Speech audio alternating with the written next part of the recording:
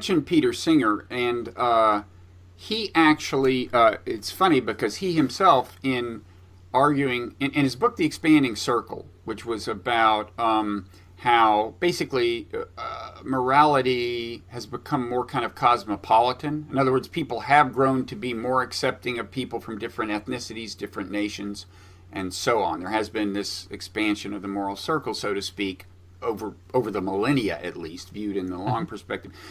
Peter's argument actually is a kind of a rationalist. I mean, it's about the power of reason. It's about people just seeing that, wait, if you demand something for yourself, it follows logically in some sense that people in similar circumstances deserve it, and so on. You could argue, and I've argued, that another powerful force has been just the growing web of non-zero sum connection. So there is interdependence, and here, and this is something I think is still insufficiently emphasized, is the extent to which our perception of whether we're in a zero-sum or non-zero-sum relationship with someone, whether we have fundamentally a conflict of interest or commonality of interest, the extent to which that shapes our view of them and of the arguments they make, right?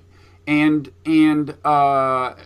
whether they are should be considered human beings worthy of decent treatment and so on. I assume this enters into your own because I think that perception so subtly influences the way we're not aware of it.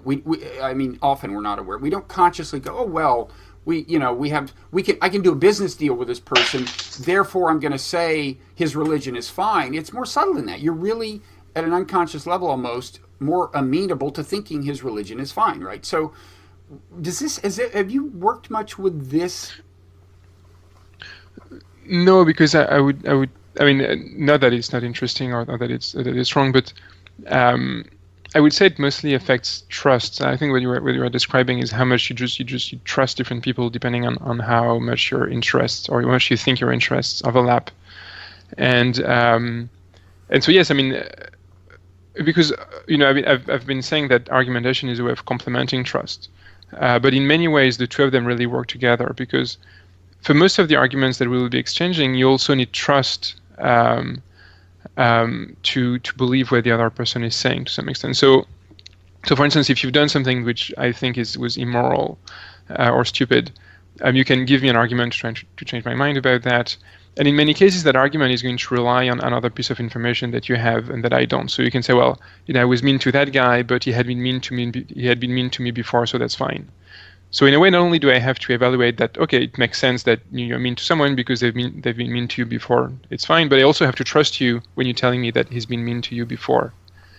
And so in many ways, although argumentation can help you overcome some of the problems you have with trust, you still need a lot of trust for people to effectively argue with each other. So argue not in the sense of having a shouting match, but to exchange arguments. Mm-hmm. And I think that's one of them, to come back to your initial question, that's one of the main issues we're having now in public discourse. It's not that people necessarily are too stupid to understand the arguments from the other side, it's that they don't trust the other side enough to accept the premises. So the problem might not be that we're just so biased that we just reject all the arguments, is that you don't trust the other side's experts, you don't trust their economists because you have economists on your side who disagree with them, you don't trust their politicians, you don't trust even their scientific experts. And once there is no trust, it's really hard to have a lot of good argumentation going on. So then again, so if you just have trust and no argumentation at all, it's kind of hard because you can't explain why other people should change their mind. But then if you have argumentation without trust, it works well in mathematics. So if you're a complete crook and I really think you're the worst person in the world, but you demonstrate a mathematical theorem, I'll have to accept it. But for most things, I need to rely on my trust in you to accept the premises before I can evaluate whether the arguments are sound or not. Mm-hmm. So I think that a lot of the problem is indeed, that's kind of, I'm thinking that a lot of people are saying that it's more of a problem with trust than with kind of argumentation per se, maybe. Yeah, well, it's, yeah.